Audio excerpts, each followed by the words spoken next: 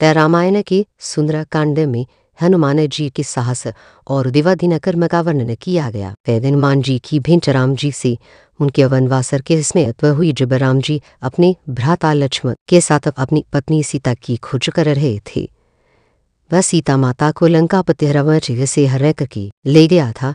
वह सीता जी को खोजते हुए दोनों भ्राता ऋषिमुख पर्वत के समीप पहुंचे। ले जा सुग्रीव अपने अनुयायियों के साथ अपने ज्येष्ठ भ्राता बाल्य से छिपकर रहते थे। वानरराज बाल्य ने अपने छोटे भ्राता सुग्रीव को एक गंभीर मिथ्या बोधा के चलते अपने साम्राज्य से बाहर निकाल दिया था और वो किसी भी तरह से सुग्रीव के तर्क को सुनने के लिए तैयार नहीं था। वह साथ ही बाली ने सुग्रीव की पत्नी को भी अपने पास बलपूर्वक रखा हुआ था। राम और लक्ष्मण को आता देख सुग्रीव ने हनुमान को उनका परिचय जानने के लिए भेजा। हनुमान एक ब्राह्मण के वेश में उनके समीप गई।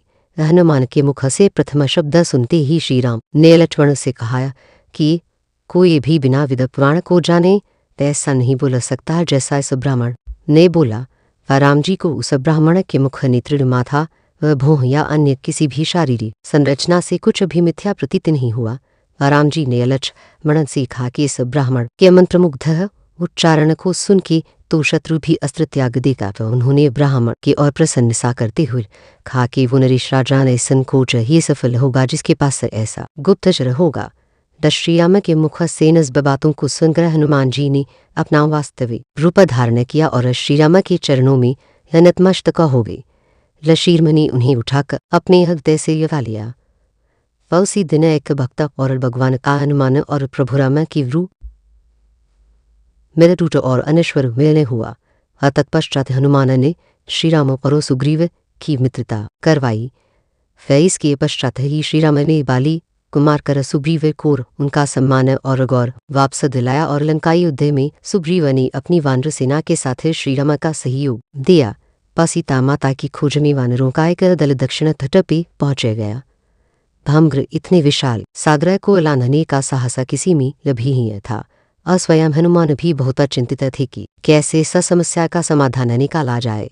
रूसी समय जामवंत प्रभा की अन्य वानरों ने हनुमान को उनकी अद्भुत शक्तियों का स्मरण कराया। अपनी शक्तियों का स्मरण होती ही हनुमान ने अपना रूप विस्तार किया और वो अपना वेग से सागर को उड़ के पार करने लगी। पर रास्ते में उन्हें एक पर्वत मिला और उसने हनुमान से कहा कि उनके पिता का उसके ऊपर नहर है। उस पर्वत ने हनुमान से थोड़ा विश्राम करने का भी आग्रह किया। हनुमान ने किंचित मात्र भी समय व्यर्थ न करते हुए पर्वतराज को धन्यवाद किया और आगे बढ़ चले।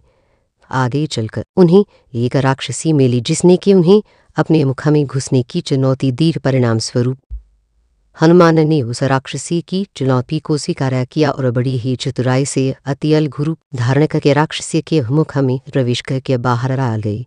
अंत में उस राक्षसी ने संकोच पूर्वक यह स्वीकार किया कि वो उनकी बुद्धिमत्ता की परीक्षा ले रही थी। आखिरकार हनुमान सागर पार करके लंका पहुंची और लंका की शोभा और सुंदरता को देख आश्चर्यचकित रह गए और उनके मन में इस बात का दुख भी हुआ कि यदि रावण ही माना तो इतनी सुंदर लंका का सर्वनाश हो जाएगा। तत्पश्चात हनुमान ने शुक वाटिका में शिव जी को देखा और उनको अपना परिचय बताया। साथ ही उन्होंने माता सीता को सांत्वना दी और साथ ही वात्स प्रभु श्रीराम के पास साथ चलने का आग्रह भी किया। तमग्र माता सीता ने यह स्वीकार कर दिया कि ऐसा होने पर श्रीराम के पुरुषार्थ को ठेस पहुंचेगी। हनुमान ने माता सीता को प्रभु श्रीराम के संदेश कार्य से वर्णन किया जैसे कोई महान ज्ञानी लोगों को ईश्वर की महानता के बारे में बताता है। माता सीता से मिलने के पश्चात वह हनुमान प्रतिशोध लेने के लिए लंका को तहस नहस करने लगे।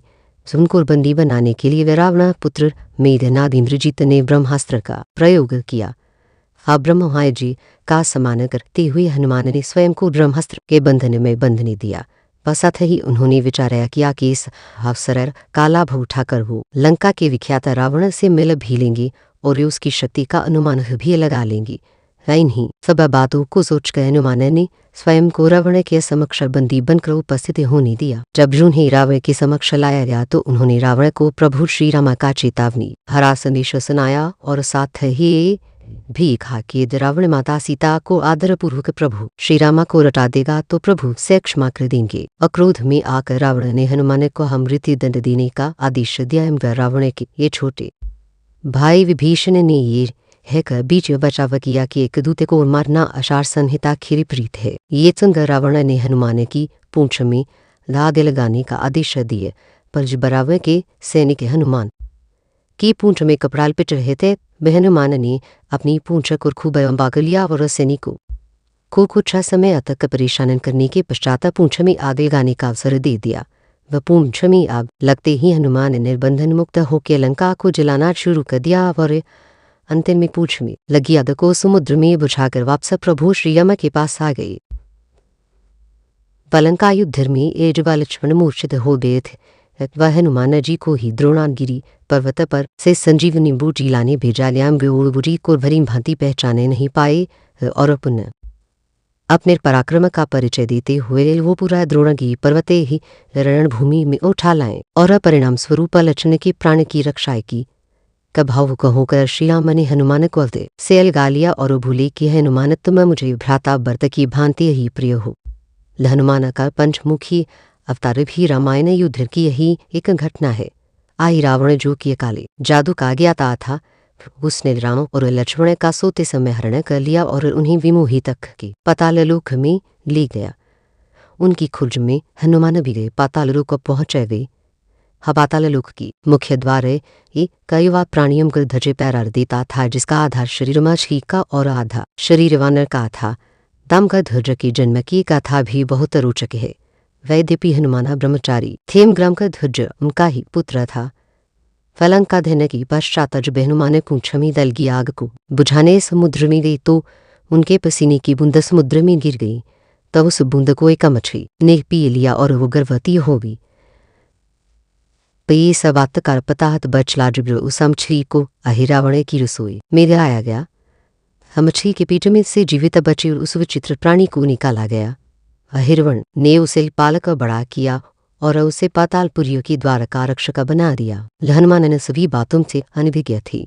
वेदप्यम पधर को पता था कि हनुमान ने उसकी पिता एम गृह उन्हें पहचाने नहीं पाया, क्योंकि उसने पहले कभी उन्हें देखा नहीं था।